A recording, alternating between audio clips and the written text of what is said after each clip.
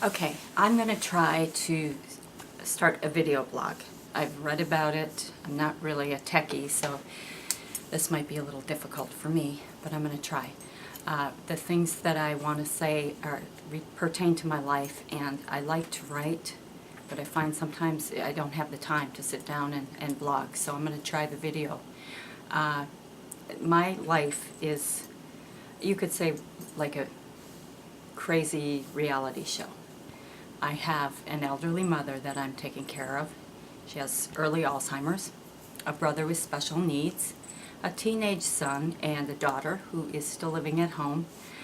She's 26.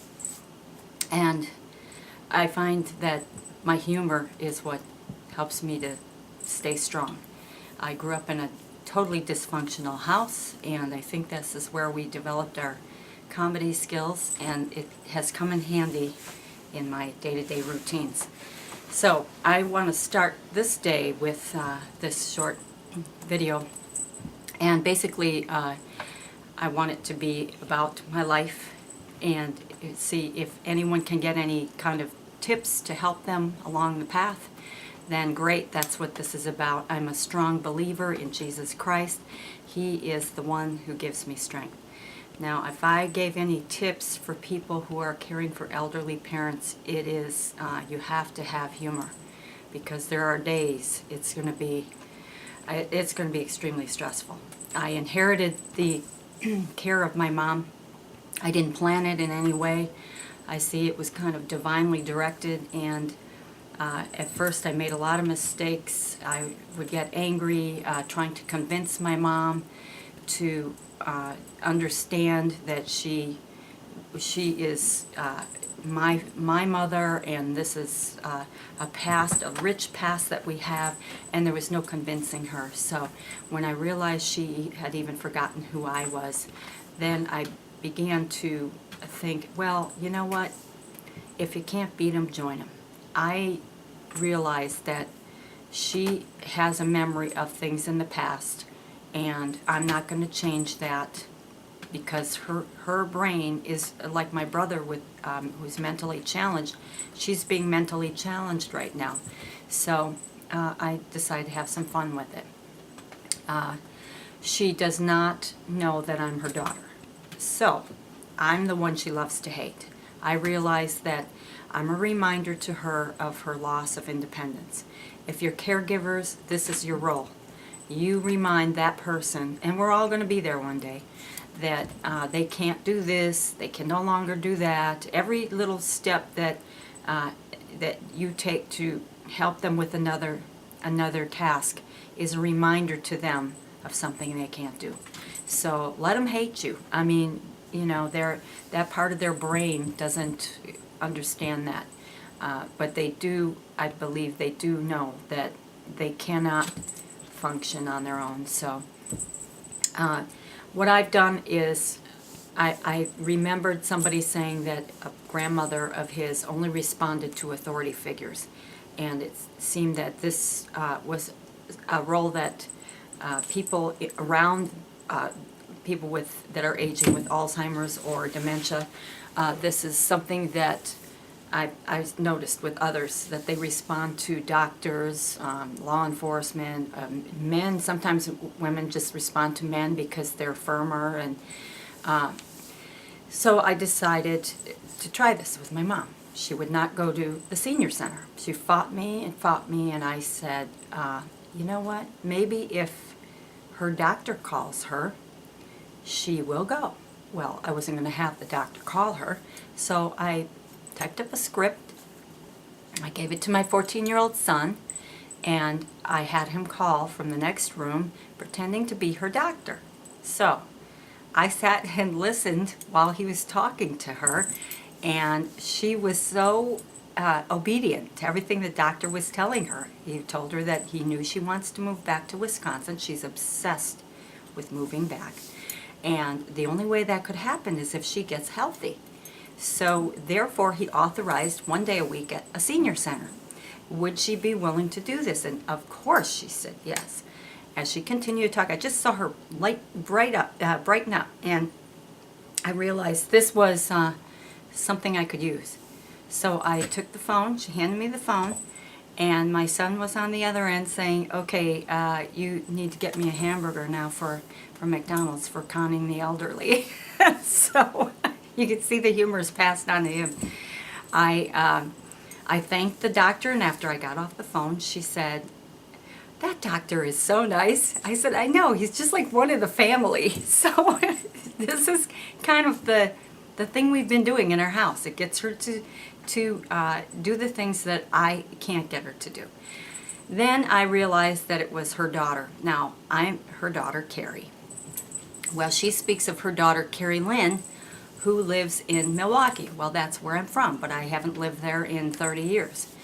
So when I realized this, I started joining that reality. I said, I talked to her about her daughter, Carrie. I realized she really needs to hear from her daughter, Carrie. So I made a call from her daughter, Carrie Lynn, and it was on Mother's Day, and the response was incredible. I mean, she was just so happy, and her whole attitude changed for days. And I realized, that this is something that she needed. So I sat and listened to her one day as she was speaking about Carrie Lynn, and she was telling me that Carrie Lynn is so sweet. She's such a good girl. She she just loves everybody, and she's just so soft-hearted, and she really loves her brother Kevin. She just took such good care of him. And I realized then that these are things she never spoke to me my whole life. And I almost started crying. And I actually had to leave the room for a few minutes because it just overwhelmed me. And I came back, and she was continuing on about Carrie Lynn, and I said, yes, Carrie Lynn she's a sweet girl. I mean, I felt a little vain, but then again, I had to remain in this role, and I thought, I needed that affirmation growing up, and I never got it.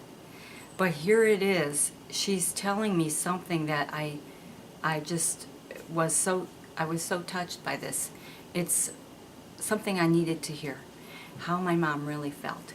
And for those of you who are in this role of a caregiver, sometimes it can be a real blessing. I know it's a double-edged sword, but there are those moments where you really get to see and hear that side of your parent or loved one that you've never seen before.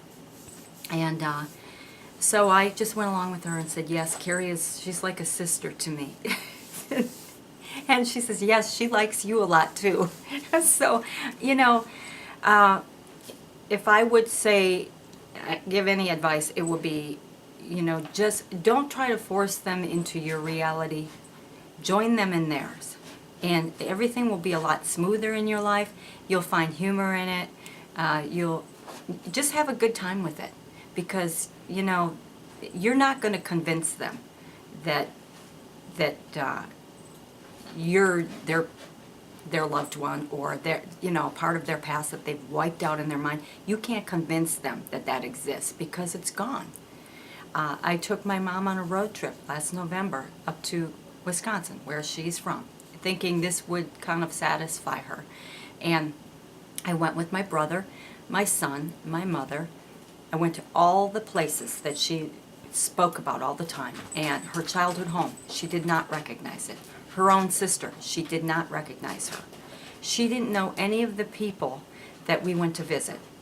In fact, when I sat right in front of the apartment she lived in for years, and this was the apartment she was pining for, she said, I didn't live there. And I said, that's your old apartment. And she said, I never lived there. My son could not even believe that. So I guess for me, it gave me a satisfaction in knowing that there's a reality that exists in her mind, and it does not jive with the true reality. And so I had these feelings all this time. I was kind of holding her against her will. All those feelings went away. I think God allowed me to see this glimpse of her own reality, and that's when I realized that there's no way of persuading her. So I just felt better about the fact that she's with me. I'm giving her the care that she needs, and I'll just go along with the role. So if I end this video now, I just want to say that this will be hopefully ongoing. I'm going to try to learn to edit and whatever I need to do. But I want it to be based on my life, the reality of my life. And if I can help people along, then great.